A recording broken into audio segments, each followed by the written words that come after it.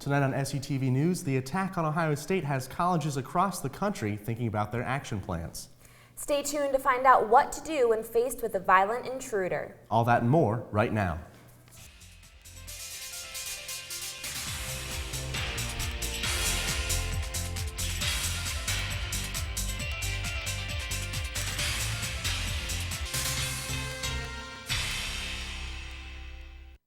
Thanks for joining us on SUTV News. I'm Marshall Keeling. And I'm Isabella Marcelino. While it is still very unlikely that an active shooter would come to campus, it's good to know proper procedures. In the case of the Ohio State incident last week, news reports suggested students were told the best practice is to run, hide, and fight. But Shippensburg's police chief says that's pretty extreme. Problem with that, but the first thing is run, because I'm running. If I don't have a gun, I'm running. So you're a fool if you don't. Just run and hide and do what you best you can. Hiding and fighting should be saved as a last resort. For more information on how to handle a dangerous situation on campus, students should go to ship.edu/police. The STD chlamydia is one of the most common diseases on college campuses. One of every 50 20 to 24-year-olds has had it. Eric Davies has more. More than 1 in 500, more than 3 in 1,000. This is the 2015 rate of chlamydia for Cumberland County. Chlamydia is an STI, or sexually transmitted infection, caused by bacteria transferred during sexual contact. This infection can also be hard to spot. It can cause an infection where symptoms may not be noted. Men or women may actually have had contact or have the infection of chlamydia and not know it and not have any symptoms at all. The rate of the infection is rising all over Pennsylvania. From 1995 to 1997, the chlamydia rate of infection in Cumberland County was 3 in 5,000. By 2004, it more than doubled. The CDC states young adults are most at risk. I can tell you we do see at least probably 2 or 3 diagnoses of chlamydia a week that we see here, but not everyone comes to for treatment here. According to the Pennsylvania Department of Health, more than 3 million people contract it annually. There's cases that are silently being passed because someone may not have active symptoms when they have the infection. The passing of this infection through these silent cases could be one reason for the rising rate. Mutually monogamous relationships are less risky than if you have multiple partners. I mean, that's, pretty common sense. But I think that's probably why the numbers are still climbing. But even monogamy isn't entirely effective when it comes to stopping the spread of this disease. The statistics are that, if a female has had chlamydia, a quarter of those females will get reinfected within that following year. Lack of communication between sexual partners can lead to passing of the disease between the two. It's like playing tennis is what I usually tell my patients, that, if one, person X is treated, but Y didn't get treated and they're, obviously sexually active together, it's just, going back and forth. Another possible reason chlamydia rates are rising may be the use of new screening methods. And I feel that since it's becoming more easily to test, and the testing itself is easier to bear and go through, I feel that more people are more willing to be tested. And there's a possibility that we're seeing more cases because we're perhaps screening better. Eric Davies, SUTV News. Free chlamydia screening for both men and women is offered at Keystone Health Center in Chambersburg, as well as Eder Health Center. Shippensburg's art department will be hosting an exhibition showcasing the artwork of the department's seniors. Ray Shungle reports. SHIP's art faculty and students are preparing for the Kaufman Gallery's student exhibition of senior art. The students are taking an art seminar course, and throughout that course they produce work over a 9-month period of time. Then the SU art and design faculty select the quality of work and the volume of work based on the size of the space that we have to exhibit the work. Student exhibitions help seniors prepare to graduate and present their professional work. This is one of the strongest senior art exhibitions we've had in the recent past.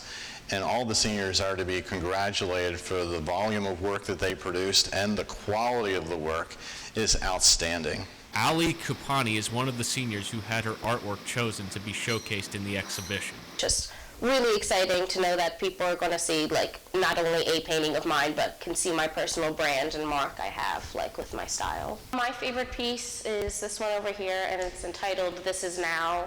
I think it shows most evidence of like the control I can have within my painting, and also the lack of control between my brush strokes and like just experimenting with the medium. Kupani's artworks are just one set of the 9 seniors who have been chosen to feature work in Kaufman Gallery's senior exhibition. Catch the handiwork of the art and design students in and around the gallery as students in Huber Arts Center continue to work as the semester winds down. Ray Shungle, SUTV News. The senior exhibition is open to the public on December 10th at 1 o'clock, starting with a reception where seniors will discuss their work. Fraternity Phi Sigma Kappa is hosting a therapy session with the help of some furry friends. Kindly Canine is bringing therapy dogs to ship just in time for finals. Stop by the Cub NPR between 2 and 3:30 to play with puppies. The American Heart Association says anxiety levels drop about 24% when people visit with the therapy dogs. Admission is $2. All proceeds benefit the Special Olympics. Former U.S. Senator and astronaut John Glenn passed away today in Ohio. Glenn was the first American to orbit the Earth. He was a Marine Corps pilot and fought in World War II and Korea. He was awarded the Presidential Medal of Freedom in 2012. John Glenn was 95. We'll be right back.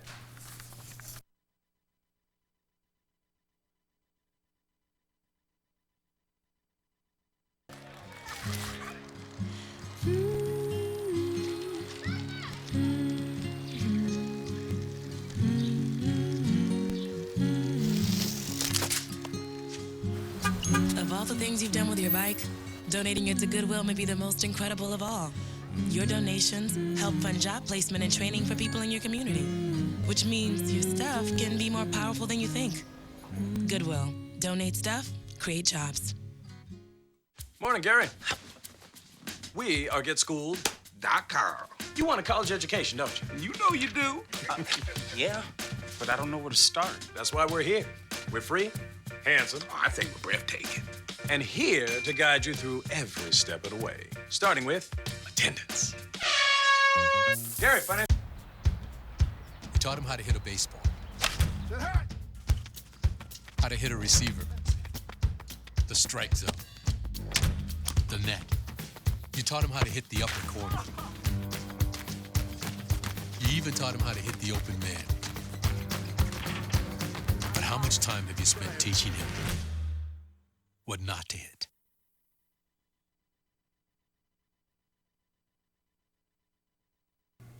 An earthquake rocked Indonesia yesterday. Here's Charles Franklin with that and more in World News. Rescuers are combing through the rubble for survivors after an earthquake Wednesday in Indonesia's Aceh province. At least 97 people were killed and 73 seriously injured. The 6.5 magnitude quake damaged homes, shops, and mosques in the district of PDA Jaya, destroying hundreds of structures. A Pakistani International Airlines flight crashed near Abbottabad Wednesday. The plane lost contact with a control tower on its way from Chitral to Islamabad. The airline says 48 people were on board at the time, 42 passengers, 5 crew members, and 1 ground engineer. No one survived. Wednesday's crash was Pakistan's first major airline incident since 2012. An Iraqi man reunited with his family on Sunday after Iraqi counterterrorism units liberated an al-Bakr neighborhood in eastern Mosul. The man was stuck in Mosul for more than 2 years, describing ISIS as a group of thugs who treated people inhumanely. That's it for your world news. Back to you guys at the desk. When we come back in entertainment, the Lure Center is getting into the Christmas spirit. And the full forecast for finals week is after the break. You know, I'm not sure if it was just the wind, but man, it was cold today. Yeah, I think it's about time I invest in a pair of earmuffs. Let's send it over to Rebecca with the weather. December weather has settled in, and don't put away the rain gear, it's coming back. Tonight, a low of 25 with partly cloudy skies. Tomorrow, a high of 37 with partly cloudy skies. In the 5-day, Saturday expects sun with a high of 35 and low of 23.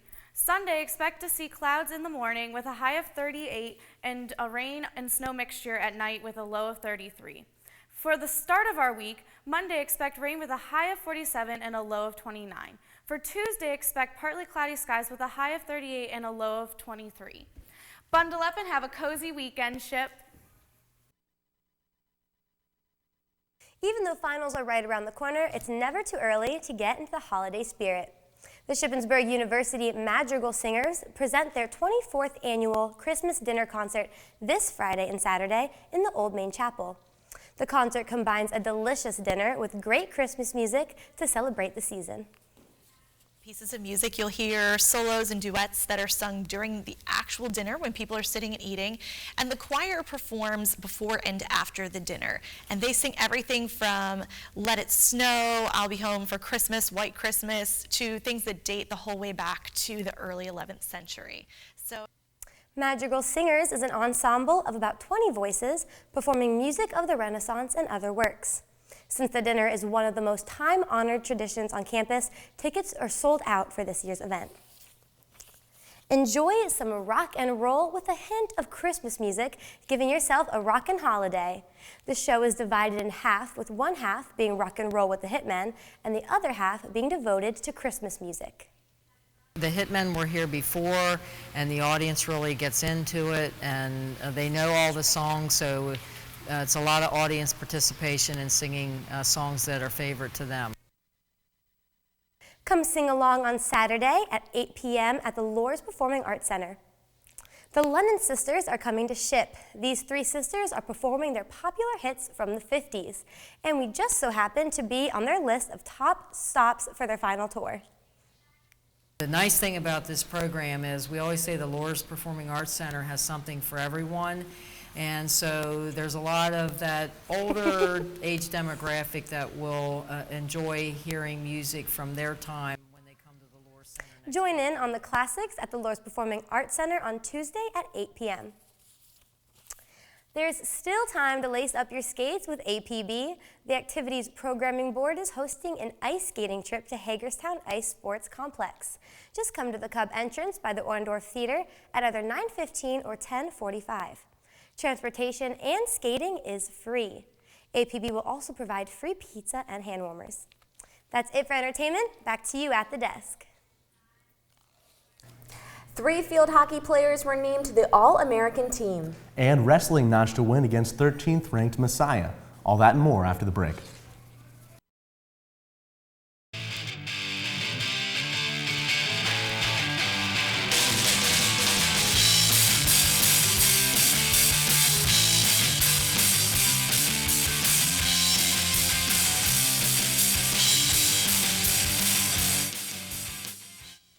Monday, 3 girls from the field hockey team were named to the 2016 All-American Division II team. Taylor Fisher, Allie Mooney, Brooke Sheebley will be given the girls will be representing Ship on the roster. Fisher and Mooney were given All-American first team honors, and Sheebley was given second team honors. It will be goalkeeper Allie Mooney's second All-American title, and for midfielder Brooke Sheebley and defender Taylor Fisher their first. The girls were part of the team that finished with a 20-3 record and went on to win the national championship.